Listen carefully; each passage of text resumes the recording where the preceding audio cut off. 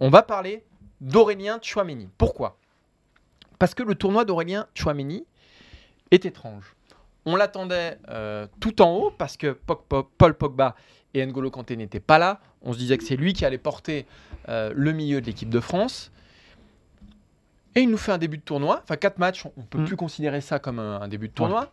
Il nous fait un tournoi jusqu'ici qui ne répond pas aux attentes qu'on avait. Maxime, c'est simple. Je vais te demander d'abord de juger cette Coupe du Monde d'Aurélien Tchouaméni. Sa Coupe du Monde, pour l'instant, elle est moyenne, tout simplement. Mais j'ai envie de dire qu'il a des circonstances atténuantes. Pourquoi? Parce qu'il est arrivé avec la pancarte. On disait, c'est lui, il va le faire. Il va porter le milieu de terrain sur ses épaules. Parce que ce qu'il avait montré depuis son arrivée en équipe de France en septembre 2021, c'était plutôt bien. Et finalement, c'est un peu moins ça. Alors pourquoi? Première chose, il y a son positionnement. C'est à lui de faire le sale boulot dans cette équipe. C'est pas du tout le même poste, mais il faut toujours qu'il y ait un sacrifié. En 2018, c'était Blaise Matuidi. J'ai l'impression que c'est un peu lui le sacrifié, c'est-à-dire que pour l'équilibre, il joue sentinelle. Il permet à Rabiot de jouer plus haut, de se projeter, de faire le tournoi qu'il réussit. Tout le crédit revient à Rabiot, évidemment, parce qu'il est fantastique. Mais n'empêche que sans Tchouaméni, ça ne marcherait pas aussi bien.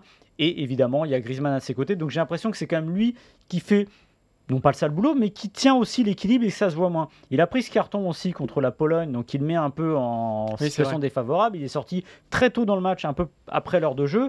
Donc on voit qu'il faut quand même faire attention à lui, qu'il est important, parce qu'évidemment, ce serait problématique de ne plus l'avoir. Guy Stéphane en a parlé tout à l'heure, et il a expliqué quand même qu'il a laissé quand même entendre que émotionnellement, il a été transféré au Real et que c'est son premier tournoi et que potentiellement, c'est peut-être aussi quelque chose qui, entre guillemets, le touche. Mais alors qu'il semblait à l'abri de ça. Oui, exactement. Parce que quand il arrive, moi j'ai le souvenir de son Final Four de Ligue des Nations, où il est bluffant.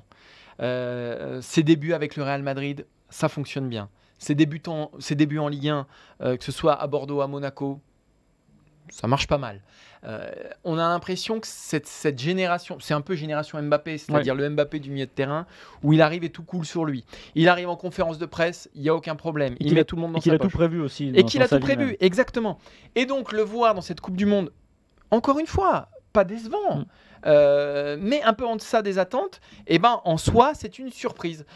Il est évidemment moins flamboyant, même s'il lance l'action du premier but face au Danemark, si je dis pas de bêtises.